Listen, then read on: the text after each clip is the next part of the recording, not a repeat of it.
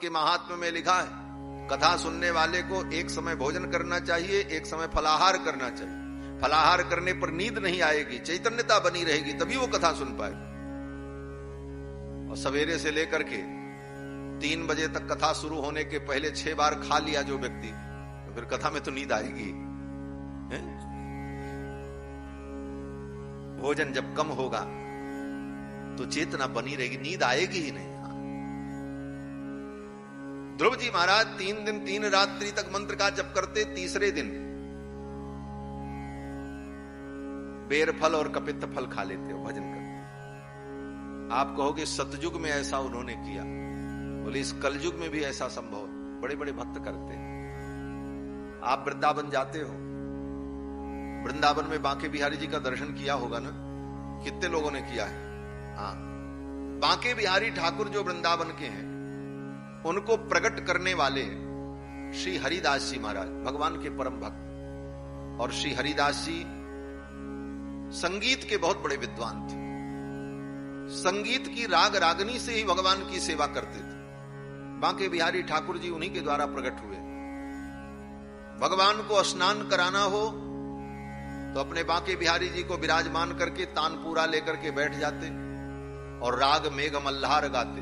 मेघ मल्हार गाने पर बादल आ जाते, वर्षा होती, उनके ठाकुर का स्नान हो जाता, पानी लाने की जरूरत नहीं पड़ती। हिडोल राग गाते, झूला प्रकट हो जाता। दीपक राग गाते तो दीपक प्रकट हो जाते, आरती हो जाती। ऐसी राग रागनियां उनकी सिद्ध थी। बड़े बड़े राजा उनके द्वार पर आकर के खड़े रहते थे, लेकिन किसी से मिलते नहीं थे। अकबर आया मिलने के लिए, और अकबर क्यों आया? बोले बीरबल और तानसेन ये सब अकबर के दरबार में रहते। तानसेन से अकबर ने कहा, तानसेन आप इतना अच्छा गाते हैं, आपने जिस गुरु से विद्या सीखी है वो गुरु तो और सुंदर गाते हो। तानसेन के ही गुरु थे हरिदास जी महाराज, संगीत विद्या के। तानसेन ने कहा, मेरे गुरु जी तो गाते हैं, लेकिन वो सबके लिए नहीं गाते, वो केवल भगवान के लिए गाते हैं। बोले एक बार उनका संगीत भी मैं सुन सकूं? तानसेन ने कहा, वो किसी को नहीं सुनाते, राजा हो जाकर तो सुनाते ही नहीं, वो तो केवल राजा अधिराज भगवान को सुनाते बस। बोले कहीं से हमको सुनवा दो। तो तानसेन ने कहा, चलो चुपके से चल करके दूर से सुन लो, अगर उनको पता चल गया कि कोई दूसरा भी सुन रहा है तो तुरंत अपना गायन बंद कर देंगे। बोले ठीक है। तानसेन और अकबर दोनों आए, अपने निकुंज में बैठकर अपने बांके बिहारी जी को सामने रखकर कल्याण राग गा रहे थे, यमन कल्याण। तब तक वो आ गया कहीं से, अकबर और तानसेन दोनों आए, बैठ करके सुनने लगे। सुनते सुनते अकबर झूमने लगा। अकबर ने कहा, वाह वाह क्या संगीत। इतना तो सुनते ही हरिदास जी महाराज ने अपना तानपूरा रख दिया। किसने सुन लिया? देखा, आकर के तानसेन ने और अकबर ने दूर से प्रणाम किया। हरिदास जी ने कहा, मैं तो भगवान के लिए गाता हूं, और आज किसी संसार के तुच्छ प्राणी ने मेरे संगीत को सुनकर के वाह वाह कह दिया, अब ये राग मेरे भगवान के लायक नहीं रहा। उसी दिन उन्होंने संकल्प कर लिया कि आज के बाद ये राग मैं कभी भगवान के सामने गाऊंगा ही नहीं, जीवन में कभी उस राग को फिर वो कभी नहीं गाए। और एक यवन ने, एक म्लेच्छ ने इस राग को सुन लिया, इसलिए उसका नाम ही रख दिया यमन राग। यमन राग कभी नहीं गाया भगवान। ऐसे महापुरुष बांके बिहारी जी को प्रकट करने वाले श्री हरिदास जी महाराज अपने ठाकुर की खूब सेवा करें। 56 भोग लगाते थे, 56 प्रकार का व्यंजन बांके बिहारी जी के लिए बने, सारी व्यवस्था होती थी और भोग भी लगता था। लेकिन स्वयं हरिदास जी महाराज क्या खाते थे? 56 भोग जो बनता था वो संतों को बांट दें, आए हुए भक्तों को दे दें, जो बच जाए बोले उसको जमुना के तट पर ले जाकर के मछलियों को खिला दें, मोर को खिला दें, बंदर को खिला दें। और अपने क्या खाते थे?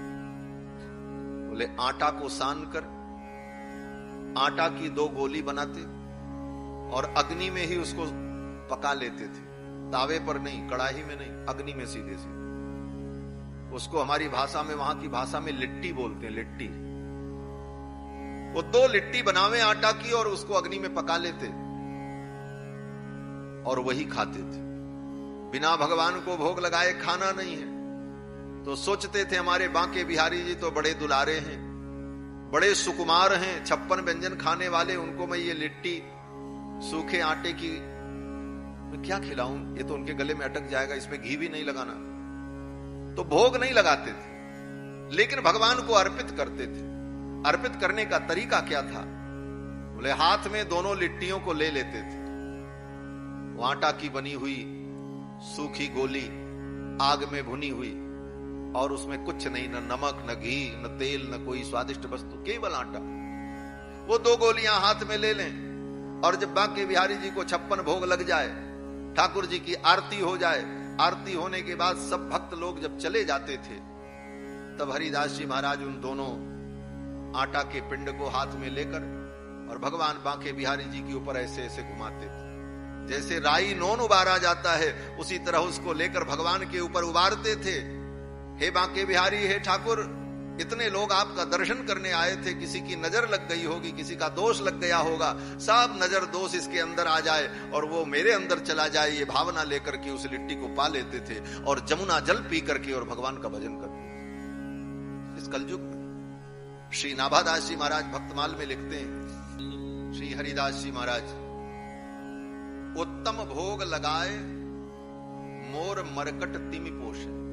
भोग तो भगवान को उत्तम लगाते, लेकिन जो बचे वो मरकट को, बंदर को, मोर को और मछलियों को खिला देते और स्वयं सूखी लिट्टी खाकर भगवान का भजन करते। गौड़ीय संप्रदाय के आचार्य रूप गोस्वामी, जीव गोस्वामी, उनके जीवन चरित्र में लिखा है कि सप्ताह में 1 दिन भिक्षा मांगने जाते थे वृंदावन से। तब वृंदावन में कोई रहता ही नहीं था, मथुरा में नगर था, वहां लोग रहते थे। तो भिक्षा मांगने के लिए वृंदावन से मथुरा जाना पड़ता। और मांगते क्या थे? आटा, चावल, दाल, घी, तेल नहीं, बनी बनाई रोटी मांग लेते थे। कौन आटा लाओ फिर रोटी बनाओ, इतना झंझट कौन करे, सारा समय बर्बाद हो जाएगा। रोटी मांग लेते, और जो रोटी मिल जाए, 4-5 रोटी, 3 रोटी, 4 रोटी, 2 रोटी, एक दरवाजे पर ही मांगते और जो मिल जाए लेकर के आ जाए। और उस रोटी को जमुना के तट पर रख करके धूप में सुखा लेते, सूख जाती थी, पापड़ जैसी हो जाती। फिर उसी में से एक टुकड़ा निकालकर जमुना के जल में भिगोकर और उसे घोल करके उसी को पी लेते, और बाकी जो रोटी बचती उसको बालू के अंदर जगह बना करके उसी में गाड़ करके जमुना के किनारे रख देते। कल फिर इसी में से थोड़ा सा ले ले। 1 सप्ताह तक उसी के द्वारा काम चलाकर और भगवान का भजन करते और अनेक शास्त्रों का चिंतन किया। कितने ग्रंथ लिखे उन महापुरुषों ने। ये तप है। इस शरीर को जितनी सुविधा दोगे उतनी ये सुविधा भोगी हो जाएगा, और इस शरीर को जितना तपाओगे उतनी इसमें चमक आ जाएगी, दिव्यता आ जाएगी, आत्मा का उत्कर्ष। ध्रुव जी महाराज 3 दिन में 1 दिन खाते। 1 महीना बीता, दूसरे महीने और कठिन तपस्या हो गई, दूसरे महीने में 6-6 दिन तक कुछ नहीं खाते, तीसरे महीने में 9-9 दिन तक, और चौथे महीने में तो 12 दिन में 1 दिन खाया। और क्या खाया? बोले कपित्थ और बेरफल। चतुर्थमपि वही मासम द्वादशे हनि। चौथे महीने में 12 दिन में 1 बार, तो 12 दूना 24, 6 दिन बचा महीना पूरा होने। चौथे महीने में केवल 2 दिन खाया और मंत्र का जप करते। 5वां महीना आया तो ध्रुव जी ने अपनी श्वास को भी जीत लिया। अब भोजन पानी की कौन कहे, श्वास लेने की भी जरूरत। एक पैर पर खड़े होकर भगवान का ध्यान कर रहे थे। इनकी तपस्या से भगवान प्रसन्न हुए और भगवान आ गए। आए भगवान जब तो ध्रुव को देखा, ध्रुव की आंखें बंद थीं। ध्रुव जी अपने हृदय के अंदर भगवान का ध्यान कर रहे थे। भगवान ने अपने संकल्प से ध्रुव के ध्यान को पूर्ण कर दिया और ध्रुव के हृदय में भगवान का जो स्वरूप था वो स्वरूप अंतर्हित हो गया। ध्रुव जी व्याकुल हो गए, मेरा ध्यान क्यों टूटा। और ज्यों ही ध्रुव जी ने आंख खोली तो देखते क्या है जिस स्वरूप का दर्शन हृदय में कर रहे थे वो भगवान सामने खड़े थे। बोलो श्री वैकुंठनाथ भगवान की। वैकुंठनाथ भगवान को सामने देखा, फिर तो ध्रुव जी महाराज भगवान की स्तुति करना चाहते थे, लेकिन ध्रुव जी को कोई स्तुति याद नहीं थी। गुरु जी ने केवल मंत्र बताया। ध्रुव जी ने सोचा मैं इनकी स्तुति कैसे करूं। तब तक भगवान समझ गए। भगवान ने सोचा ध्रुव मेरी स्तुति करना चाहता है। भगवान ने अपने ज्ञानमय शंख को, भगवान के हाथ में जो शंख था उस शंख को भगवान ने ध्रुव के गाल पर सटा दिया। शंख के जिस हिस्से को भगवान अपने मुख में लगाकर शंख बजाते, उसी हिस्से को ध्रुव के गाल पर ऐसे सटाया। और ज्यों ही भगवान ने सटाया, पस्पर्श बालम कृपया कपोले कृतांजलिम ब्रह्ममयेन कंबुना पस्पर्श बालम कृपया कपोले सवै तदैव प्रतिपादितां गिरम दैवीं परिज्ञात परात्म निर्णय। ज्यों ही भगवान ने अपने ज्ञानमय शंख का स्पर्श कराया, उसी समय ध्रुव जी के अंदर चारों वेद, 6 शास्त्र, समस्त विद्याएं प्रकट हो।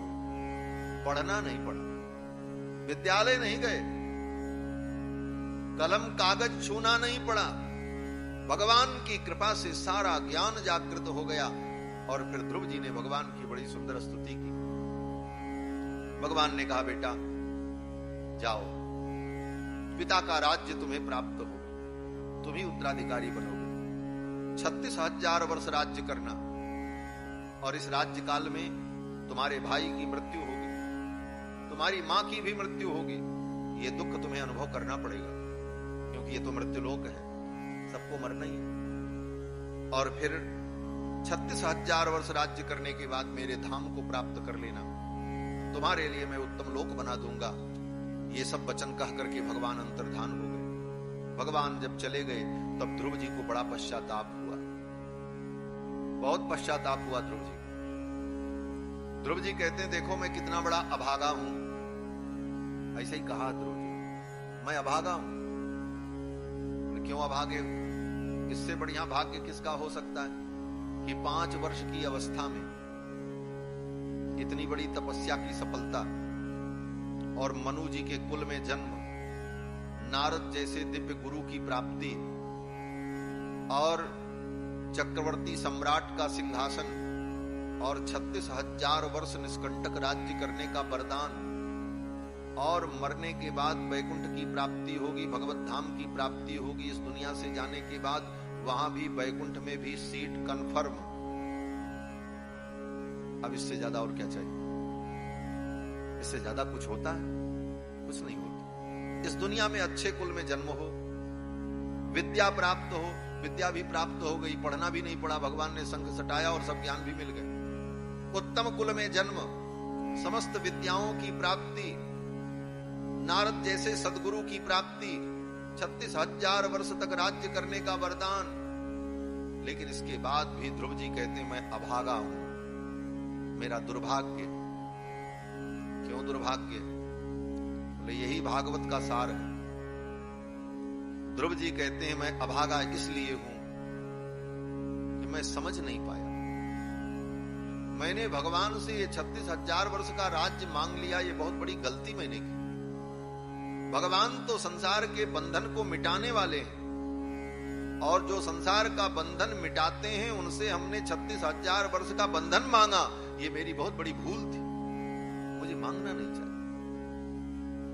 अगर मैं ये वरदान न मांगता तो भगवान मुझे अपने साथ लेकर के वैकुंठ चले जाते, इस दुनिया के झंझट से ही मैं मुक्त हो जाता। लेकिन अब 36,000 वर्ष तक इसी दुनिया में रह करके हमें सुख दुख सब अनुभव करना। ध्रुव जी को पश्चाताप। ये कथा संकेत करती भगवान की भक्ति करो, खूब भजन करो, लेकिन भगवान से दुनिया की चीज मत मांगो। दुनिया की कोई चीज भगवान से मांगोगे वो तुम्हारे लिए बंधन का कारण ही बने। भगवान से मांगना है तो भगवान से एक चीज मांगो। क्या मांगो? बोले भगवान से भगवान को मांगो। भगवान से भगवान को मांगो, हे प्रभु आप ही हमको मिलो और कुछ नहीं चाहिए। हमको तुम चाहिए, तुमसे नहीं चाहिए, तुमसे लेकर। तुमसे जो लेंगे वो तो तुमसे अलग कोई चीज होगी, वो तुम जैसी नहीं होगी। हमको तो तुम चाहिए। भगवान से भगवान को पाना यही उत्तम भक्ति है। ध्रुव जी को बड़ा पश्चाताप हुआ। आगे कथा आती है, ध्रुव जी ने 36,000 वर्ष राज्य किया और मृत्यु पर विजय प्राप्त करके अंत में ध्रुव जी महाराज भगवत धाम को प्राप्त करते हैं। और इन्हीं के वंश में आगे चल करके एक राजा हुआ जिसका नाम बेन था। बेन राजा बड़ा अधार्मिक था। इनके पिता थे महाराज अंग। अंग का पुत्र था बेन। अपने पुत्र के दुराचरण से दुखी होकर एक दिन रात्रि में महाराज अंग अपना राज्य छोड़ करके कहीं चले गए। जाते जाते उन्होंने कहा कि मेरा बेटा नालायक हो गया, कुपुत्र हो गया, ये भगवान की बहुत बड़ी कृपा हो गई मेरे। इस कथा पर ध्यान देना, है बहुत छोटी सी बात, ये बड़ी महत्वपूर्ण बात। महाराज अंग कहते हैं, कदपत्यम वरम मन्ने सदपत्याच्छुचाम पदात्। ये मेरा पुत्र कुपुत्र हो गया, नालायक हो गया, इसको भी मैं भगवान का वरदान मानता। भगवान ने बड़ी कृपा की जो मेरे बेटे को नालायक बना दिया। क्यों? कहते हैं, निर्विद्येत गृहान मर्त्यो यत् क्लेश निवहा गृहा। ये संसार की माया और मोह को छोड़ना बड़ा कठिन है। मेरा बेटा अगर लायक होता, योग्य होता, तो उस बेटे में मेरा मोह हो जाता। लेकिन मेरे नालायक बेटे ने मेरे मोह को तोड़कर मेरे मन को संसार से हटाकर भगवान के चरणों में लगा दिया, इसलिए इसको भी मैं भगवान की कृपा ही मानता। ये क्या है? बोले विषम परिस्थिति में भी सकारात्मक चिंतन ये होना चाहिए। हम सदा नकारात्मक चिंतन में लगे रहते हैं, इसीलिए हमारे जीवन में नकारात्मकता आती है। निगेटिव चिंतन नहीं हो, पॉजिटिव हो। कोई विपरीत परिस्थिति जीवन में आ गई, कोई दुर्घटना भी हो जाए, तो निगेटिव मत सोचो, पॉजिटिव सोचो। क्या सोचना है? बोले ये सोचो इसमें भी भगवान की कोई कृपा है, उसमें भी भगवान की कृपा ढूंढने का प्रयास करो, मिलेगी कृपा। शायद उस विपरीत परिस्थिति में भी भगवान की कोई दिव्य कृपा छिपी हो।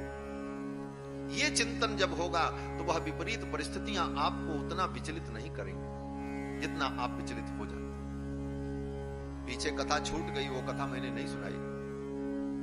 नारद जी ने जब अपने पूर्व जन्म का वृत्तांत वेद व्यास जी को सुनाया तो नारद जी ने भी कहा, नारद जी ने कहा, पूर्व जन्म में जब मैं दासी पुत्र था, संतों की कृपा से मुझे भगवान के ध्यान की विधि समझ में आ गई और संतों ने मुझे ध्यान करने की विधि सिखाई।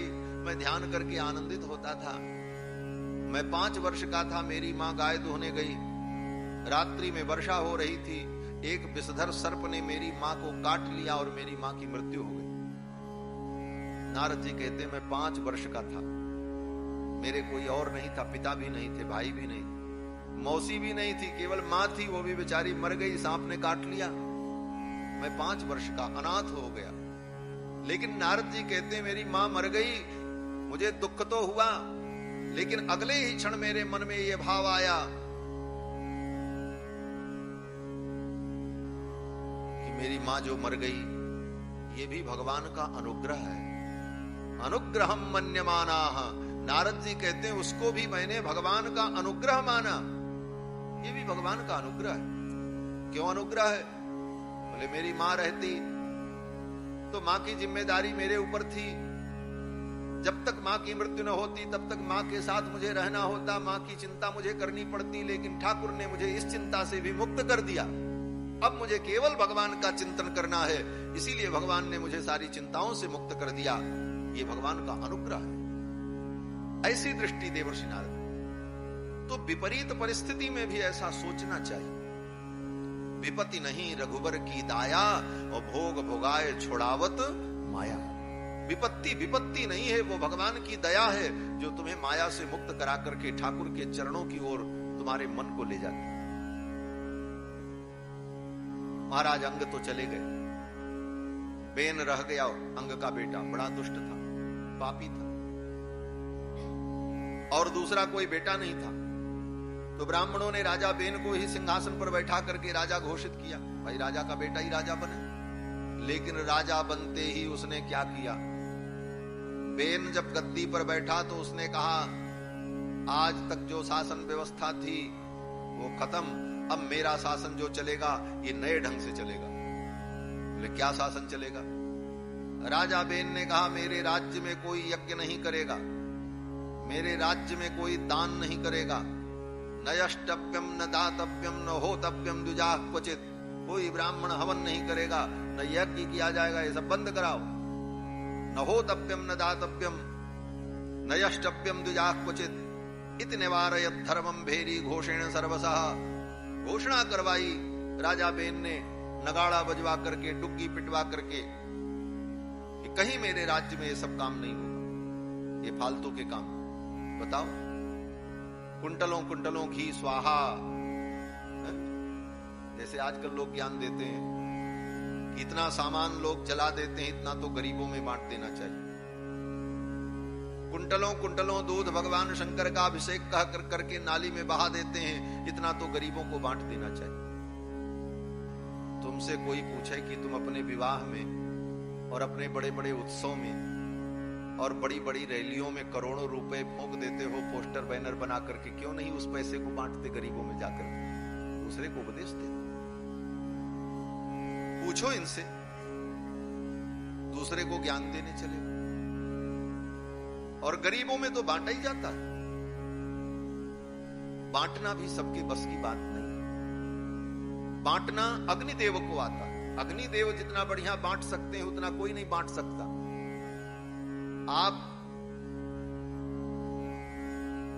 आपके पास एक मिर्चा हो और उस एक मिर्चे का तीखापन इतने लोगों को अनुभव कराना हो, तो एक मिर्चे के तीखेपन से इन सब लोगों को उसके तीखेपन का अनुभव नहीं होगा। क्यों? बोले बांटना कठिन हो जाएगा, आप बांट नहीं पाओगे सबके पास वो पहुंच जाए। लेकिन अग्नि देवता, बोले अग्नि देवता को बांटना बहुत बढ़िया आता है। यहां बीच में आग रख करके एक लाल मिर्च उसमें डाल दो, अग्नि देवता ऐसा बांटेंगे महाराज, सबको अनुभव हो जाएगा। जितने लोग बैठे सबको खांसी आने लगेगी, सबको उसकी तिताई का अनुभव हो जाएगा। अग्नि देवता जितना सुंदर बांट सकते हैं उतना सुंदर कोई नहीं बांट सकता। वो सबको बांट देंगे, तुम्हारी थोड़ी वस्तु को सब तक पहुंचा देंगे। इसीलिए हम सारे प्रकृति को संतुष्ट करने के लिए, सारी सृष्टि को आनंदित करने के लिए यज्ञ करते हैं, अग्नि देवता को अर्पित करते हैं। वही अग्नि देवता कण कण में उसे बांट देते हैं और सारी प्रकृति उससे संतुष्ट होती है। यही यज्ञ का विज्ञान, यज्ञ विज्ञान है। यज्ञात् भवति पर्जन्यः पर्जन्यादन्न संभवा अन्नात् भवन्ति भूतानि। इसीलिए भगवान ने कहा यज्ञ के द्वारा पर्जन्य होता है। जब यज्ञ होगा तो वर्षा होगी, वर्षा होगी प्रकृति अनुकूल होगी। तो जहां आपके खेत में 1 कुंटल गेहूं होता था वहां 4 कुंटल पैदा हो। बांटो खाओ को, सारी सृष्टि सुखी होगी। इसलिए यज्ञ आदि धर्म सनातन काल से होते चले आए हैं और उन्हें करते रहना चाहिए। और रही बात, दिखता तो कुछ और है, नष्ट होता तो लोगों को दिखता है, लेकिन उस नष्ट होने से जो उत्पन्न होता है वो नहीं दिखता। क्यों नहीं दिखता? बोले नष्ट होने के बाद जो उत्पन्न होता है उसको देखने के लिए काल की प्रतीक्षा करनी पड़ती। 1 कुंटल दूध से भगवान शंकर का अभिषेक किया, वो दूध नाली में बह गया। भगवान का अभिषेक किया, दूध नाली में बह गया। 1 कुंटल दूध नष्ट होते हुए तो दिखाई पड़ता, लेकिन उसका फल कुछ काल बीतने के बाद मिलता है। वो फल व्यक्ति को नहीं दिखाई पड़ता। कैसे? बोले जैसे खेत में आप जब गेहूं बोने जाओ, खेत में जब अन्न पैदा करने के लिए आप जाते हो तो पहले क्या करना पड़ता है? बोले पहले 5 किलो 10 किलो गेहूं नष्ट करना पड़ता। उसी 5 किलो की तो रोटी बना बांट दो गांव को। बोले तो आगे नहीं पैदा होगा। बोले उस 5 किलो को आप खेत में पहले नष्ट करोगे, ले जा करके अपने हाथों से नष्ट करोगे, खेत में डाल करके आओगे, मिट्टी में दबा दोगे, वो सड़ जाएगा, अंकुरित होगा और आगे काल जब आएगा तब उसके द्वारा उससे भी ज्यादा पैदा होगा, लेकिन उसको प्राप्त करने के लिए पहले उसको नष्ट करना पड़ेगा। उसी प्रकार दैव कार्य में, यज्ञ कार्य में जो वस्तुएं नष्ट होती हुई दिखाई पड़ती हैं वो यथार्थ में नष्ट नहीं होती, आगे वो कई गुना होकर के प्रकट हो। ये विज्ञान, ये ऋषियों का विज्ञान अनादिकाल से, इसे जो नहीं समझ पाया वो नहीं समझ पाया। बंधुओं, राजा बेन ने कहा ये सब बंद करो। ब्राह्मणों ने कहा यस्य राष्ट्रे पुरे चैव भगवान यज्ञ पुरुषः, जिस राजा के राज्य में भगवान यज्ञ पुरुष का आराधन होता है, इज्जते स्वेन धर्मेण, अपने अपने धर्मों के अनुकूल लोग भगवान यज्ञ नारायण का यजन करते हैं, उनके राज्य में सभी संतुष्ट रहते हैं और सुखी रहते हैं। इसलिए हे राजन, ये धर्म कर्म बंद मत कराओ। राजा बेन ने कहा तुम लोग बच्चों जैसी बात करते हो। उन ब्राह्मणों को, विद्वानों, जिन विद्वानों ने अपना पूरा जीवन चिंतन और ज्ञान में लगाया, उनको राजा बेन कहता तुमको कुछ नहीं आता जाता, तुम लोग अज्ञानी हो। अधर्मे धर्म मानिनः, अधर्म को ही तुमने धर्म मान लिया है। ये सब अधर्म है, ये सब बंद करो। धर्म तो ये है कि मेरी सेवा करो, मैं राजा हूं, राजा भगवान होता है, तुम्हारे लिए मैं ही भगवान हूं। ऐसी उटपटांग बातें जब करने लगा तो ऋषियों को क्रोध आया। ऋषियों ने राजा को डांट दिया और डांटते ही वो राजा सिंहासन से नीचे गिरा, उसकी मृत्यु हो गई, मर गया राजा। एक दिन भी वो ठीक से राज्य नहीं कर पाया, बैठा और नीचे गिरा, मर गया। ऋषियों ने डांटा, उसकी मृत्यु हो गई। कहते हैं वो मरा क्यों? ऋषियों ने उसे मार डाला? बोले ना, ऋषियों ने नहीं मार डाला, उसके पाप ने उसको मार डाला। कोई किसी को नहीं मारता, उसका पाप ही उसके विनाश के लिए पर्याप्त होता है।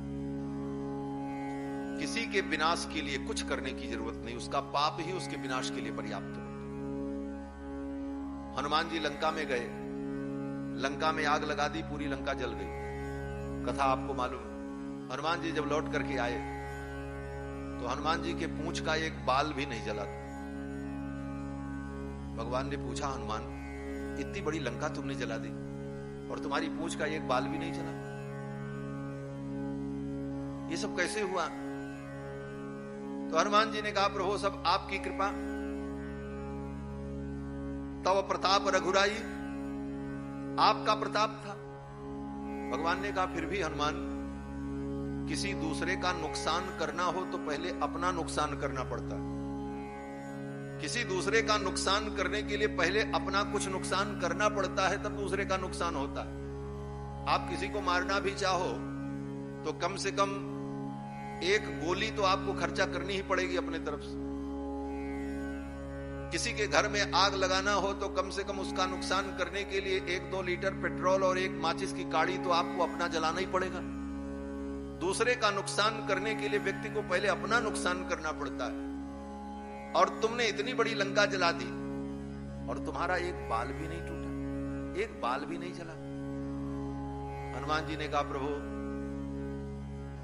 ऐसे पापियों के विनाश के लिए किसी वस्तु की जरूरत नहीं पड़ती, उनका पाप ही पर्याप्त होता है। उनका पाप ही उनके विनाश के लिए पर्याप्त होता है। रावण का पाप, रावण की लंका, और रावण का ही कपड़ा, रावण का ही तेल और रावण की ही अग्नि, और जली लंका किसकी? बोले रावण की। पापियों का पाप ही उनके विनाश के लिए पर्याप्त हो, उनके लिए और कुछ करने की जरूरत नहीं। राजा बेन मर गया। ऋषियों ने कहा, किसको राजा बनाओ? इसका कोई बेटा भी नहीं। बोले इसके शरीर का मंथन करो। राजा बेन के जंघाओं का मंथन किया, एक पुरुष प्रकट हुआ काले रंग का। बोले इसको जंगल का राजा बना दो। जंगल का राज्य उसे दे दिया। वही निषाद हुआ, वहीं से निषाद जाति उत्पन्न हुई। और फिर राजा बेन की भुजाओं का मंथन किया। भुजाओं का मंथन किया तो राजा बेन की भुजा से भगवान का अवतार हुआ, पृथु अवतार। कहते हैं राजा बेन की भुजा से भगवान अवतरित हुए मंथन करने पर। और राजा बेन इतना पापी था। इसीलिए ऋषियों ने पहले मंथन करके उसके कलमश को निकाल दिया। जब कलमश निकल गया, जंघाओं का मंथन किया तो निषाद प्रकट हुआ। जब निषाद प्रकट हुआ, सारा कलमश निकल गया। तब राजा बेन के शरीर भुजाओं का मंथन किया। बाहुभ्याम मध्यमानाभ्याम मिथुनम संपद्यत। राजा बेन की भुजाओं का मंथन करने पर एक जोड़ा प्रकट हुआ, एक कपल प्रकट हुआ, नर और नारी। नर कौन थे? बोले वो नर कोई और नहीं थे, नारायण ही थे। और नारी कौन थी? बोले भगवती लक्ष्मी। भगवान पृथु और अर्ची देवी का अवतार हो गया। बोलो श्री पृथु भगवान की। ये भगवान पृथु का अवतार, 9वां अवतार। राजा बेन की भुजाओं से पृथु भगवान को राजा बना दिया। भगवान पृथु राजा बने और पृथु ने इस धरती को समतल किया। ये धरती पहले बड़ी ऊंची नीची थी, कहीं मट्टी के टीले, कहीं बहुत बड़ा गड्ढा, पहाड़, न खेती हो सकती थी, न मार्ग बन सकता था। तो पृथु ने इस धरती को समतल किया, इसीलिए धरती का नाम पृथ्वी पड़ा। इसका नाम पृथ्वी इसीलिए। धरती को पृथ्वी क्यों कहते? इस पृथ्वी शब्द में पृथु भगवान का इतिहास छिपा हुआ है। पृथु ने इसको समतल किया, भगवान पृथु ने, इसलिए नाम पृथ्वी पड़ा। फिर तो पृथु भगवान ने धर्म पूर्वक प्रजा का पालन किया है। पृथ्वी गाय का रूप धारण करके प्रकट हो गई। प्रजा के लोगों को जो जो चाहिए था सबने भूदेवी के स्तन से सब कुछ दोहन किया और प्राप्त किया। इस प्रकार भगवान पृथु के चरित्र का वर्णन किया है। पृथु जी ने 100 अश्वमेध यज्ञ करने का संकल्प किया। 99 अश्वमेध यज्ञ उनके पूरे हुए। अंतिम अश्वमेध यज्ञ में इंद्र ने बाधा पैदा की। इंद्र को मार देने का ही संकल्प किया पुरोहितों ने। इंद्र यज्ञ नहीं करने दे रहे, इंद्र को ही समाप्त कर दिया जाए। भगवान आए और भगवान नारायण ने आकर के पृथु जी को समझाया, आप 99 यज्ञ कर चुके हैं, एक रहने दीजिए। कोई जरूरी है कि 100 अश्वमेध यज्ञ हो? एक कम भी रहेगा तो कोई बात नहीं, क्योंकि आपको 100 अश्वमेध यज्ञ करके इंद्र का पद तो लेना नहीं, इसलिए आप यज्ञ को बंद कर दें। भगवान के कहने पर पृथु जी ने यज्ञ बंद कर दिया। भगवान प्रसन्न हो गए। भगवान ने कहा वरदान मांगो, क्या चाहिए? अब पृथु जी ने जो वरदान मांगा है वो बड़ा अद्भुत है। पृथु जी ने भगवान से कहा, हे प्रभु, आप यही वरदान दे दीजिए कि मेरे कानों में 10,000 कान की शक्ति आ जाए। विधत्स्व कर्णायुत एष मे वरः। हमको यही वरदान चाहिए कि मेरे कानों में 10,000 कान की शक्ति। भगवान भी चक्कर में पड़ गए। ऐसा भगत हमको कभी नहीं मिला। बड़े बड़े भगत मिले, कोई मकान मांगता है, कोई दुकान मांगता है,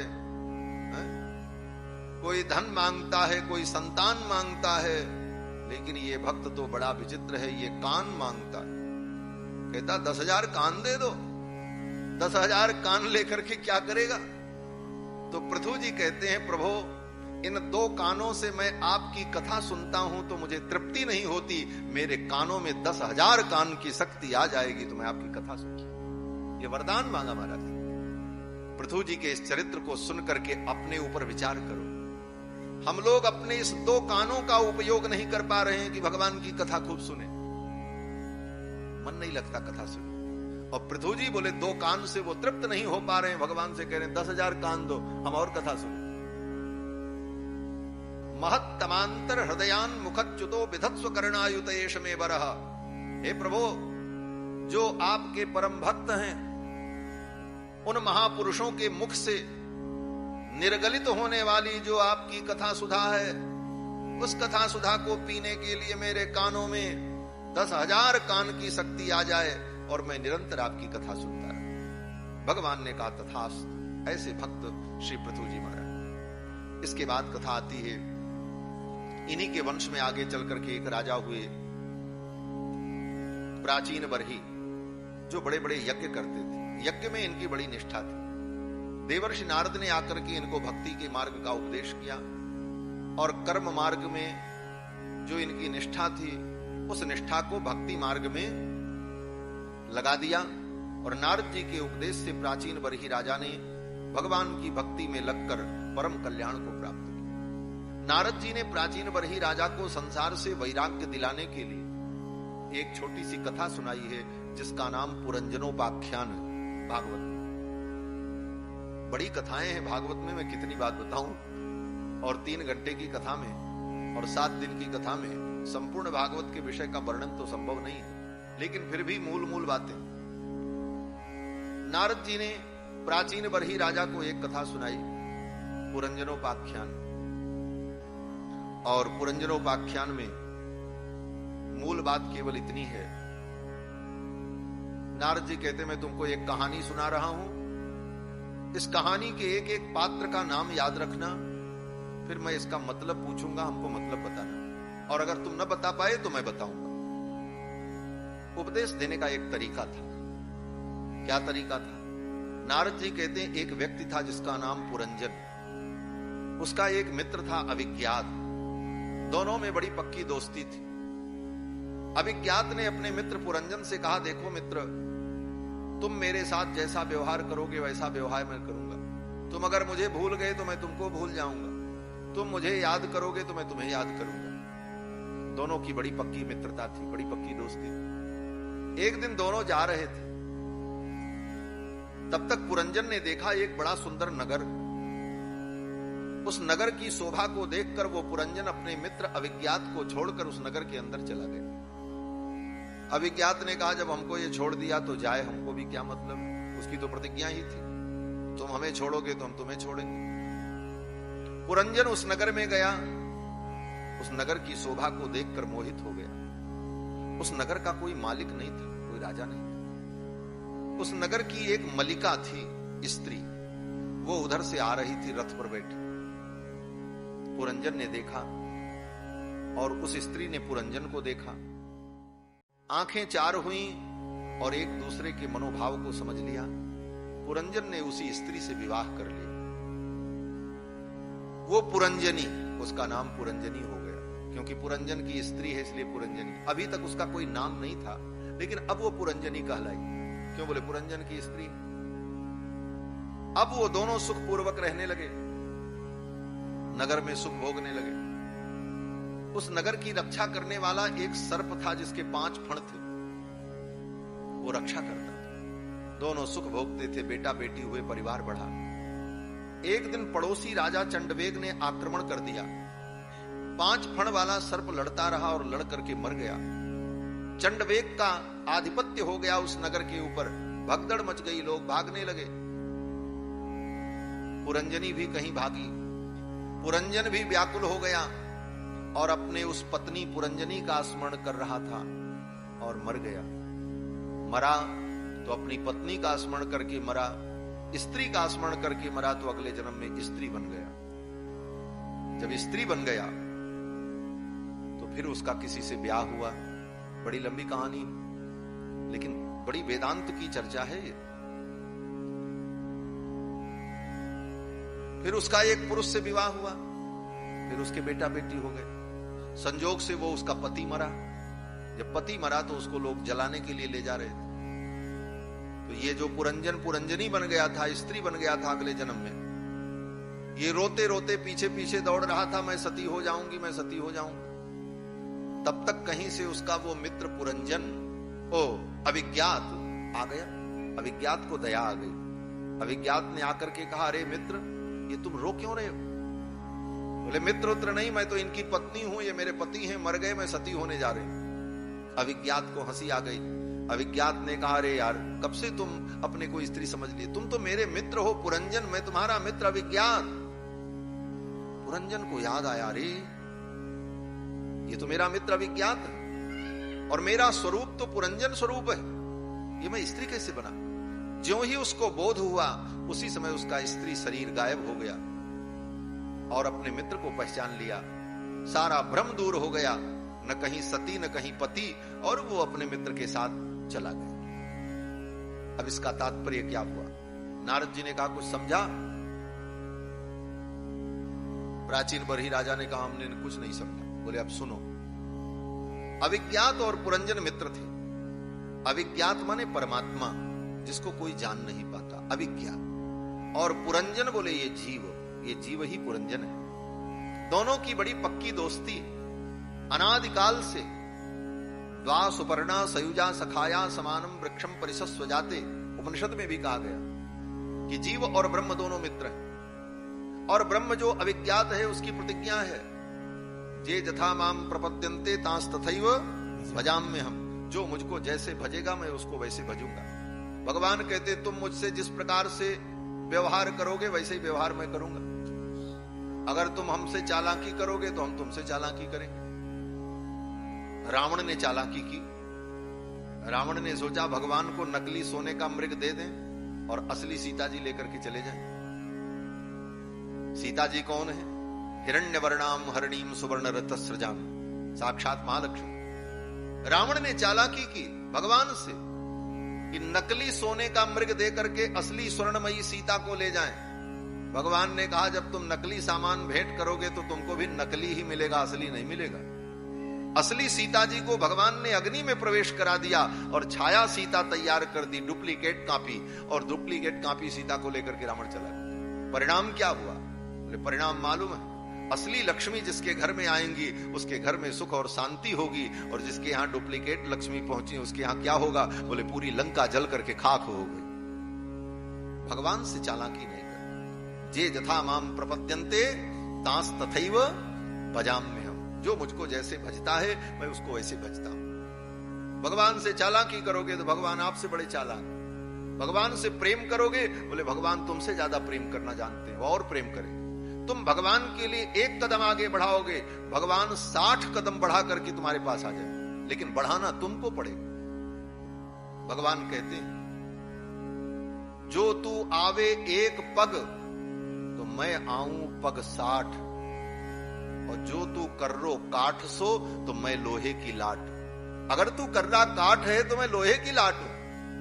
तू एक कदम आगे आएगा, मैं 100 कदम आने को तैयार हूं, लेकिन चलना पहले तुझे पड़ेगा। यही पुरंजन जीवन, अविज्ञात परमात्मा। ये जीव अविज्ञात ने इस शरीर रूपी नगर को देखा और इस नगर में प्रवेश कर गया। इस नगर की मलिका जो थी वो कौन थी? बोले बुद्धि। उस बुद्धि से दोस्ती कर लिया आत्मा ने, और बुद्धि और आत्मा के मिलन से सारे विचार तय होने लगे। अब बुद्धि जो जो कहती है आत्मा वही करने को तैयार है। और इस शरीर की रक्षा करने वाला 5 फण का सर्प कौन? बोले 5 प्राण, प्राण अपान व्यान समान उदान, ये 5 प्राण जो शरीर की रक्षा करते। इसी में रहकर ये जीव बुद्धि के साथ सुख भोगता है। लेकिन पड़ोसी राजा ने आक्रमण कर दिया। ये पड़ोसी राजा चंडवेग कौन है? बोले मृत्यु।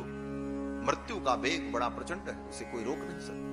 चंडवेग ने आक्रमण किया, 5 फण वाला सर्प मर गया। जब मृत्यु आती है तो सांस बंद हो जाती है, 5 प्राण शांत हो जाते हैं, और उस समय भगदड़ मचती है। आत्मा इस शरीर को छोड़ करके निकलती है, और उस समय बुद्धि में जो अंतिम स्मृति होती है, उस बुद्धि का स्मरण करके, बुद्धि में जो अंतिम स्मृति है उस स्मृति को लेकर के आत्मा का उत्क्रमण होता है, और उस अंतिम स्मृति के आधार पर उसका अगला जन्म हो जाता है। अंतिम समय में जिसे याद किया अगले जन्म में वही बनना पड़ेगा। अगर कुत्ते का स्मरण करके मरे तो अगले जन्म में कुत्ता ही बनना पड़ेगा। इसीलिए घर में कुत्ता बिल्ली नहीं पालना चाहिए। कुत्ता बिल्ली पालोगे और कहीं मरते समय आंख के सामने वही दिखा और उसकी याद आ गई और प्राण निकल गए तो सारी तपस्या धरी रह जाएगी, अगले जन्म में कुत्ता बनना पड़ेगा। एक सज्जन थे, कुत्ता पाल रखे थे, बड़ा अच्छा कुत्ता था उनका, गाड़ी में उसको घुमाते थे। एक महात्मा उनके यहां पहुंचे, महात्मा से पूछा महाराज एक बात बताओ, इस कुत्ते ने कौन सा पुण्य किया था? बोले क्यों? बोले कुत्ते तो दुनिया में बहुत हैं, लेकिन कुत्तों को रोटी खाने को नहीं मिलती, और ये बोले बढ़िया दूध मलाई खाता है, गाड़ी में बैठ करके घूमता है, बीमार हो तो डॉक्टर घर इसकी दवा करने आता है। इसने कौन सा पुण्य किया था? तो महात्मा ने कहा, महाशय इसने पुण्य नहीं किया था। बोले तब? बोले ये भी तुम्हारे जैसे पिछले जन्म में बहुत बड़ा महाशय था, और जैसे तुमने कुत्ता पाल रखा है वैसे इसने भी कुत्ता पाल रखा था। इसको अपने कुत्ता से बड़ा प्रेम था। एक दिन इसका कुत्ता बीमार हुआ, मर गया। बार बार सोचता रहा मेरा कुत्ता बड़ा अच्छा था, मर गया। संजोग से मृत्यु आ गई। कुत्ते का स्मरण करते करते मरा, इसलिए कुत्ता बना। पिछले जन्म में बहुत बड़ा धनवान और संपन्न व्यक्ति था, इसीलिए संपन्न व्यक्ति के घर का कुत्ता बना। गाड़ी में बैठ के घूम रहा है, रोटी खा रहा है और आनंद कर रहा है। तो ये अंतिम स्मृति बड़ी खतरनाक है। अंतिम समय में भगवान की स्मृति हो, इसीलिए शास्त्र कहते हैं। सुखदेव जी ने पहला उपदेश कल क्या दिया था? कल की कथा आपने सुनी। सुखदेव जी ने सबसे पहले राजा परीक्षित को यही कहा कि जन्म लाभ परः पुंसाम अंते नारायण स्मृति। जीवन का परम लाभ यही है कि अंतिम समय में भगवान नारायण की स्मृति हो जाए, भगवान की याद आ जाए। और भगवान की याद नहीं आई, दूसरे की याद आई, तो वही बनना पड़ेगा। पुरुष के मोह में नारी मरी तो नारी अगले जन्म में पुरुष बन जाएगी। पुरुष नारी के मोह में मरा तो अगले जन्म में वो स्त्री बनेगा, पक्का है। यही संसार में होता है। बेटा बेटी के मोह में व्यक्ति मरता है तो वैसे ही बनता है। घर में बेटा पैदा होता है तो जो घर की बड़ी स्त्रियां होती हैं, बूढ़ी स्त्रियां होती हैं, बच्चे को देख करके आपस में चर्चा करती, देखो देखो अपने दादाजी को पड़ा है, दादा जैसी नाक है, दादा जैसी आंख है। बोले दादाजी को पड़ा नहीं है, दादाजी ही आकर के पड़े हैं। मोह के कारण वह व्यक्ति फिर उसी रूप में उस घर में जन्म लेता है। और ये आज का नहीं, जन्म जन्म का खेल ऐसे ही चल रहा।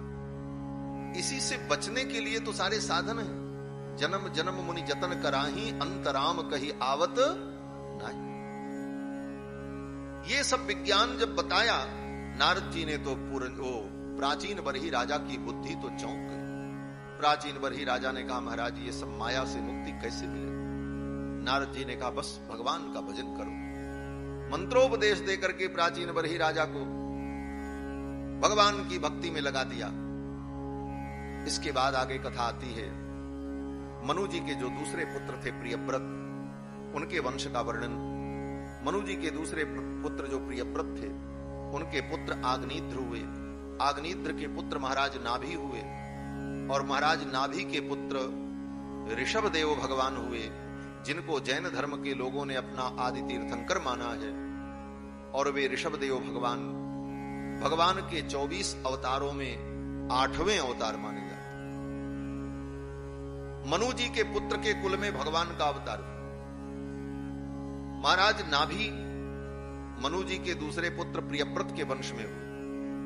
महाराज नाभि तप किए, यज्ञ किया उन्होंने, और यज्ञ में भगवान से प्रार्थना की आप ही मेरे पुत्र बनो। तो भगवान ने कहा मैं ही पुत्र बन करके आऊंगा, और भगवान ही उनके पुत्र ऋषभदेव के रूप में आए। ऋषभदेव के रूप में भगवान प्रकट हुए हैं, और इस अवतार में भगवान ने परमहंस धर्म का उपदेश किया। ऋषभदेव भगवान के 100 पुत्र हुए, और उनके 100 पुत्रों में 81 पुत्र कर्मकांड के विद्वान हुए। 9 पुत्र उनके नव योगेश्वर हो गए, और 9 पुत्र उनके अलग अलग देशों के राजा बने। और जो सबसे बड़े पुत्र थे उनका नाम भरत था, वो इस देश के राजा बने, जिनके नाम पर इस देश का नाम भारतवर्ष हुआ। यह भी कथा है कि दुष्यंत के पुत्र जो भरत थे, उनके नाम पर इस देश का नाम भारतवर्ष हुआ। यह भी कथा महाभारत में। लेकिन भागवत में वेदव्यास जी लिखते हैं कि ऋषभदेव के पुत्र जो भरत थे, उनके नाम पर इस देश का नाम भारतवर्ष। ऋषभदेव जी ने अपने पुत्रों को, अपनी प्रजा को बड़ा ही सुंदर उपदेश किया है। अब ऋषभदेव भगवान का जो उपदेश है बड़ा विस्तृत है, लेकिन उनके उपदेश का सार केवल इतना है कि ऋषभदेव भगवान ने अपनी प्रजा से, अपने पुत्रों से कहा, देखो ये मनुष्य जीवन इसलिए मिला है कि इस जीवन को पाकर के हम आत्म कल्याण को प्राप्त करें। आत्म कल्याण का मार्ग कैसे प्रशस्त होगा? तो ऋषभदेव भगवान कहते हैं, संतों का संग करो। संत कौन? बोले जिसके अंदर समता बुद्धि हो। वही सारी बातें जो कपिल भगवान ने कही हैं प्रकारांतर से। और फिर उन संतों से मिलेगा क्या? बोले संतों की कृपा होगी, भगवत भक्तों के चरणों में बैठने का अवसर मिलेगा, तो उनकी कृपा से मेरे चरणों की प्रीति प्राप्त हो। और मेरे चरणों की प्रीति अगर प्राप्त हो गई तो संसार बंधन से मुक्ति मिल जाए। और मेरे चरणों की प्रीति अगर नहीं मिली तो संसार से मुक्ति नहीं मिलेगी। ऋषभदेव भगवान कहते हैं, प्रीतिर न यावन मई वासुदेवे न मुच्यते देह योगे न तावत। जब तक मुझ वासुदेव में तुम्हारी प्रीति नहीं होगी तब तक तुम देह बंधन से मुक्त नहीं हो सकते। प्रश्न हुआ, देह बंधन क्या है और मुक्ति क्या है? बंधन मुक्ति में अंतर क्या है? संक्षेप में बताओ। तो ऋषभदेव भगवान कहते हैं, एक शब्द में बंधन है और एक शब्द में मुक्ति। बंधन क्या है? मम। और मुक्ति क्या है? बोले न मम। बस द्वे पदे बंध मोक्षाय न ममेति ममेति च।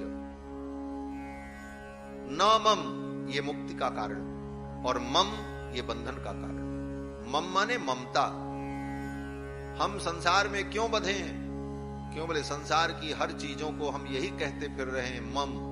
मम माने मेरा। ये घर किसका? बोले मम। मम माने मेरा। घर किसका? बोले मेरा।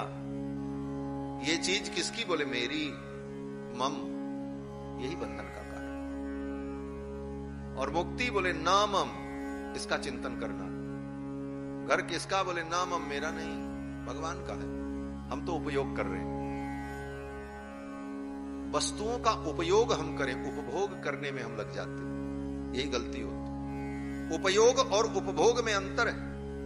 उपभोग साधिकार होता है और बलात् होता है, और उपयोग बोले उपयोग परिस्थिति जन्य होता है।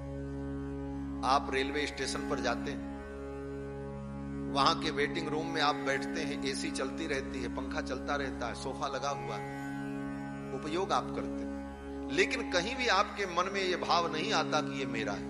न उन वस्तुओं से आपका कोई ममत्व होता है। आप जब तक रहते हैं उसको आनंद को लेते हैं, और जब आपकी ट्रेन आ गई, ट्रेन ने हॉर्न दिया, सीटी बजी, आप उठ करके चल दिए, भूल गए एसी थी कि सोफा था, क्या था, हम उस पे बैठे थे, हमारा था, ये कुछ नहीं सोचा। न मम। क्यों? बोले वहां आपने उपयोग किया। और जिस वस्तु में ममता हो जाती है उसका हम उपभोग करने लगते। ये उपभोग ही हमको भोग में, दुख में डालता है। और उपयोग बोले उपयोग ही हमको योगी बना देता है। उपयोग में योग है और उपभोग में भोग है। जब हम भोग करेंगे तो भोगेंगे, जो भोगेगा उसी को भोगना भी पड़ेगा बाद में। और जो उपयोग करेगा उसके जीवन में योग आ जाएगा। कौन सा योग? बोले भगवान से योग जुड़ जाएगा।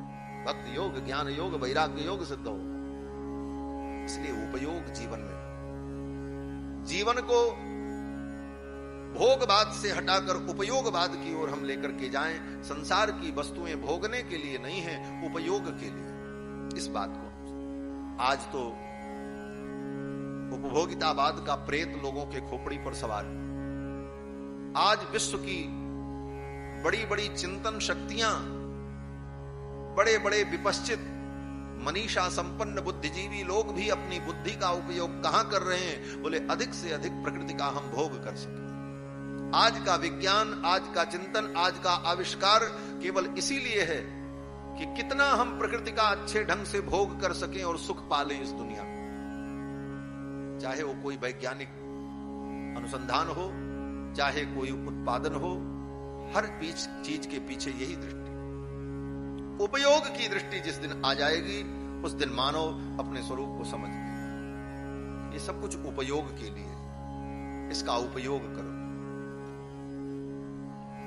ऋषभदेव भगवान कहते हैं ये उपयोग की दृष्टि तब आएगी जब न मम ये चिंतन हो, मेरा नहीं। मैं और मेरा और तू और तेरा, इतने में ही माया है बस। गोस्वामी तुलसीदास जी कहते हैं, मैं अरु मोर तोर तय माया, जे बस कीने जीव निकाया। मैं और मेरा, तू और तेरा, इसी में तो माया है, इसी में सारी दुनिया बनी है। चिंतन ये हो न मम, मेरा नहीं, सब कुछ भगवान का है, मैं भी भगवान का हूं, और जो कुछ मिला है ये उपयोग के लिए मिला। ये उपदेश ऋषभदेव भगवान ने अपने पुत्रों को दिया, और इस उपदेश में, इस उपदेश को जिस किसी ने पालन किया उसका तो कल्याण हुआ, और जो चूक गया उसके साथ धोखा हुआ। उदाहरण बोले, उदाहरण इनके पुत्र भरत, आगे उन्हीं की कथा है।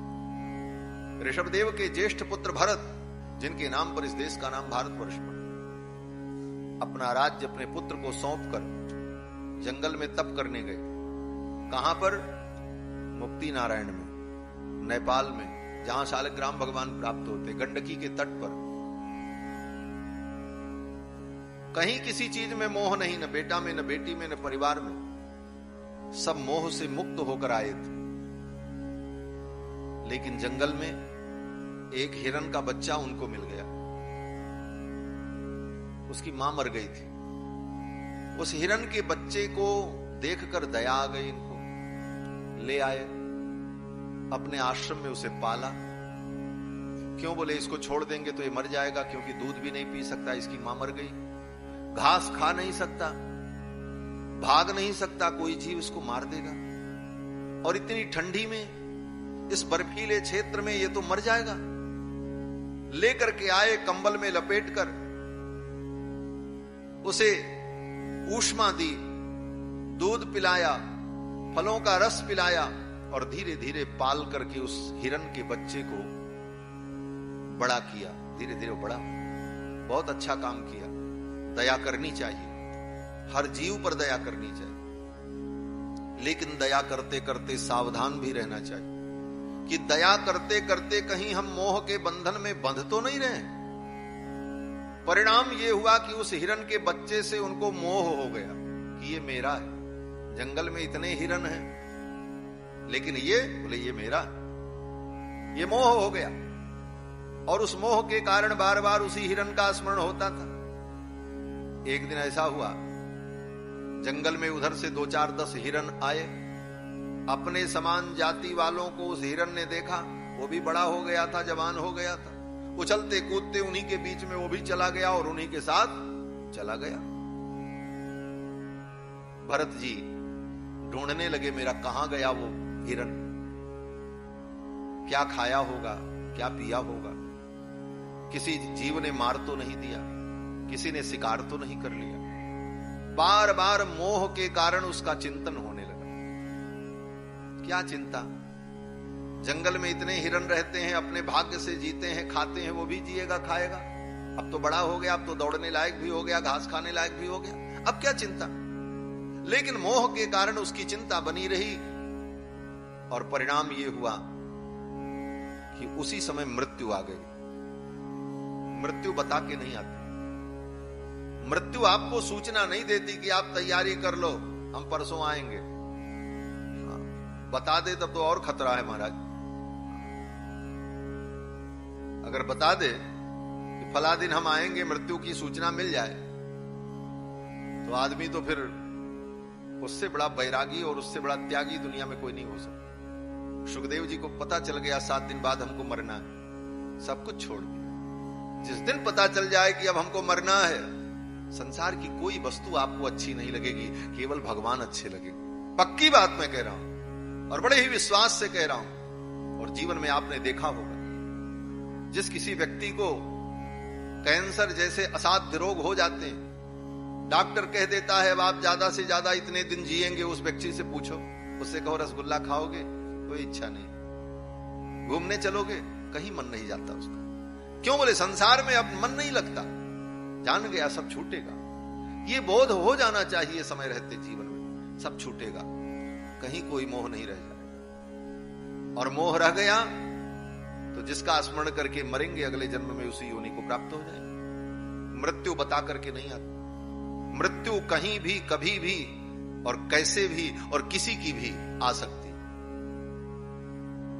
एक महात्मा बड़ी अच्छी बात कहते थे, देखो दुनिया में कहीं जाओ तो लिखा रहता है यहां पर गाड़ी पार्किंग करना मना है, यहां पर बातें करना मना है, यहां पर पोस्टर लगाना मना है, निषेध लिखा रहता है। लेकिन दुनिया में कहीं चले जाओ ये नहीं लिखा रहता कि यहां मरना मना है। मरने के लिए कहीं मनाही हो तो बताओ, कहीं लिखा हो कि भाई यहां मरना मना है? कहीं भी मर सकते हैं और लोग मरते हैं। ट्रेन में मर जाते हैं, बस में मर जाते हैं, बाथरूम में मर जाते हैं, गाड़ी में बैठे बैठे मर जाते हैं, ऑफिस में मर जाते हैं। भारत के राष्ट्रपति भाषण देते देते गिर पड़े, अब्दुल कलाम साहब। क्या सोचा था ऐसे ही होगा? अनित्य है ये जीवन, कहीं भी खत्म हो जाएगा। इसलिए कहीं भी अगर ममता हमारी अटकी रह गई तो ये जीवन तो गया ही गया, अगला जीवन भी बर्बाद हो जाएगा, हाथ कुछ नहीं लगेगा। जड़ भरत जी महाराज उस हिरण का स्मरण करे, भरत जी उस हिरण का स्मरण कर रहे थे, मृत्यु आ गई। मरते समय उस हिरण का स्मरण किया, अगले जन्म में हिरण बन गए। सारी तपस्या धरी रह गई और उनको अगले जन्म में हिरण बनना पड़ा। यही अंतिम स्मृति का परिणाम है। गीता में भगवान श्री कृष्ण ने अर्जुन को कहा है कि यम यम वापि स्मरन् भावम त्यजन्त्यन्ते कलेवरम तम तमेवैति कौन्तेय सदा तद्भाव भावितः। हे अर्जुन, मरते समय व्यक्ति जिस भाव को लेकर के मरता है, अगले जन्म में उसी भाव को प्राप्त हो जाता है। यम यम वापि स्मरन् भावम त्यजन्त्यन्ते कलेवरम तम तमेवैति कौन्तेय सदा तद्भाव भावितः। इसलिए हे अर्जुन, तुम युद्ध करो और स्मरण मेरा करो। माम अनुस्मर युद्ध च, मेरा स्मरण करो और युद्ध भी करो। अर्जुन ने कहा इसका फल क्या होगा? बोले मेरा स्मरण करते हुए युद्ध करोगे, जीत गए और जीवित रहे तो राज्य मिलेगा, सुख भोगोगे। और अगर मर गए तो मेरा स्मरण करते हुए मरोगे तो हमको प्राप्त हो जाओगे। तुम्हारे दोनों हाथ में लड्डू रहे। यही जीवन का महाभारत। महाभारत केवल द्वापर में ही नहीं हुआ, आज भी महाभारत चल रहा, विचारों का महाभारत। और हमारे आपके जीवन में भी वो महाभारत चल रहा। ये जीवन यात्रा ही महाभारत है। और इस जीवन यात्रा में बिना लड़े बिना भिड़े कोई जी नहीं सकता। इस दुनिया में आपको संघर्ष करना पड़ेगा, बिना संघर्ष के जीवन नहीं है। संघर्ष तो जीवन में करना ही पड़ेगा। लेकिन जीवन में जीने के लिए संघर्ष करो, लेकिन संघर्ष के साथ साथ भगवान का स्मरण भी करते चलो। यही महाभारत का लक्ष्य है। भगवान कहते हैं अर्जुन युद्ध भी करो, संघर्ष करो, संघर्ष के लिए मना ही नहीं, लेकिन मेरा स्मरण करते रहो साथ साथ। यही हमारे आपके जीवन में भी है। जीवन की यात्रा में संघर्ष करना है। जैसी परिस्थिति आएगी तदनुकूल हमें व्यवहार संसार में करना ही पड़ेगा, क्योंकि संसार संसार के हिसाब से चलता है। लेकिन इसके साथ साथ भगवान का स्मरण बना रहना चाहिए। केवल भगवान को, केवल संसार को ही याद रखे और भगवान को भूल गए, बोले तब पतन होगा। संसार के साथ साथ भगवान का भी स्मरण। भरत जी ने अपने पिता के उन वचनों को भुला दिया, न मम, मेरा नहीं है। यही तो मुक्ति का हेतु था। इस वचन को भुला दिया और उस हिरण में भावना हो गई, मम, ये मेरा है। परिणाम बोले अगले जन्म में उनको हिरण बनना पड़ा। मरते समय हिरण का स्मरण हुआ, हिरण बन गया। ये जन्म, अगला जन्म जो होता है उसके दो कारण होते हैं। एक तो कर्म और दूसरा अंतिम स्मृति। सामान्य सिद्धांत कर्म का सिद्धांत है, जो जैसा कर्म करेगा वैसा जन्म प्राप्त करेगा। कर्म के भेद से जन्म में भेद होता है, इसीलिए पुनर्जन्म को मानना पड़ता है। जो लोग पुनर्जन्म को नहीं मानते, जिनकी फिलॉसफी पुनर्जन्म को नहीं मानती, उनके पास ऐसे दार्शनिक प्रश्नों के उत्तर नहीं। एक बार की घटना आपको मैं बताऊं। एक बार मैं दिल्ली से आ रहा था अयोध्या के लिए ट्रेन से। तो जिस ट्रेन में मैं बैठा था, डिब्बे में, एसी बोगी में, हमारे सामने वाली ही सीट पर एक मौलाना साहब बैठे थे। वो जामिया इस्लामिया विश्वविद्यालय में प्रोफेसर थे। तो कोई हमारी उनकी बात होने की संभावना तो नहीं थी, लेकिन अब बैठे हैं साथ में तो कितनी देर बैठे रहेंगे चुप। हमने कोई शुरुआत नहीं की, उन्होंने ही शुरुआत की। वो प्रोफेसर थे, उनको अपने प्रोफेसर होने का थोड़ा गर्व भी था। तो उन्होंने सोचा ऐसे ही कोई बाबा जी होंगे, पंडित जी। तो उन्होंने कहा, पंडित जी कुछ हम आपसे जिज्ञासा करें आपके दीन के विषय में, तो आप कुछ उत्तर देंगे हमको? हम कहीं जरूर देंगे, आप पूछिए। उन्होंने जो कुछ पूछा, जहां तक उनकी बुद्धि काम आई, उन्होंने प्रश्न किया और उन प्रश्नों का हमने उत्तर दिया। संतुष्ट हुए, वो माने। और मानना उनकी मजबूरी भी थी, क्योंकि सनातन धर्म में जो कुछ है वो सब तथ्य सत्य है। सनातन धर्म वैज्ञानिक है, व्यवहारिक है और दार्शनिक। किसी धर्म की 3 विशेषताएं होती, वो व्यवहारिक भी हो, दार्शनिक भी हो और वैज्ञानिक भी हो। दार्शनिक हो और वैज्ञानिक नहीं है, तब भी वो धर्म पूर्ण नहीं। वैज्ञानिक हो, दार्शनिक हो, लेकिन व्यवहारिक न हो, बोले वो भी बेकार है। सनातन धर्म व्यवहारिक भी है, दार्शनिक भी है और वैज्ञानिक भी। इसलिए यहां पर सब प्रश्नों का उत्तर, उनके सारे प्रश्नों का हमने उत्तर दिया, वो संतुष्ट हुए। फिर हमने कहा, अब हम कुछ आपसे पूछें आपके दीन के विषय में, तो आप बताएंगे? बोले हाँ जरूर बताएंगे। हमने कहा, एक बात बताइए, आपके यहां पुनर्जन्म नहीं माना जाता? बोले हाँ, हमारे यहां पुनर्जन्म नहीं माना जाता।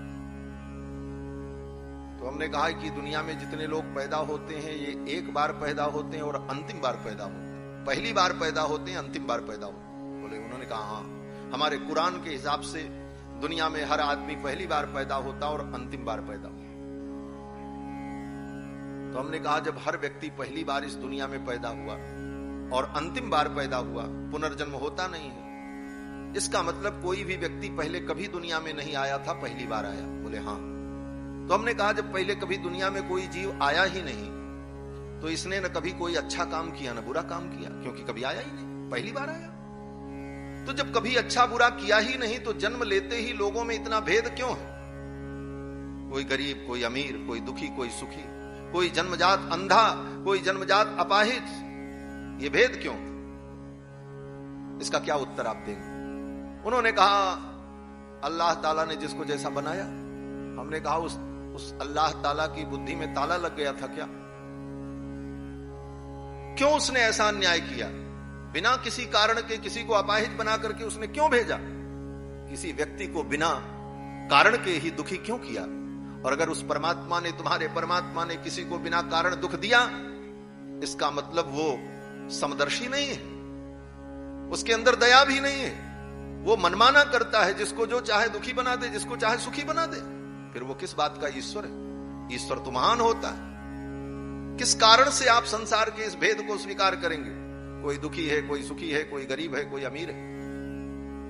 और जन्मजात एक घर में बच्चा पैदा हुआ, मां के स्तन में दूध नहीं है पिलाने को, खाने को रोटी नहीं है, और एक बच्चा करोड़पति के घर में पैदा हुआ, जिसके जन्म लेते ही लाखों रुपए लुटा दिए गए, प्रसन्नता में घर में बेटा पैदा। दोनों के भाग्य अलग अलग है, पूर्व जन्मों के कर्म का भेद है, इसको कोई मिटा नहीं सकता और इसे मानना ही पड़ेगा, पूर्व जन्म के सिद्धांत को। चुप हो गए, उन्होंने कोई उत्तर नहीं दिया। हमने कहा, इसका उत्तर बताइए। अगर आप पुनर्जन्म मानेंगे तब तो उत्तर मिलेगा, और पुनर्जन्म नहीं मानेंगे तो आपका परमात्मा बहुत बड़ा दोषी है, या तो फिर परमात्मा को दोषी मानना पड़ेगा। इधर जाओगे तो कुआं है, उधर जाओगे तो खाई है, दो में से एक तो मानना पड़ेगा। चुप हो गए। उन्होंने कहा, इस विषय में तो हमने कभी ऐसा नहीं सोचा, लेकिन हमारे जो बड़े बड़े स्कॉलर हैं उनसे इस विषय में विचार करेंगे। हमसे उन्होंने ये भी कहा कि कभी हमारे यहाँ कोई ऐसी संगोष्ठी हो तो उसमें आप वक्तव्य देने के लिए आएंगे? हमने कहा, आप बुलाएंगे तो हम जरूर आएंगे, ऐसी कोई बात नहीं है।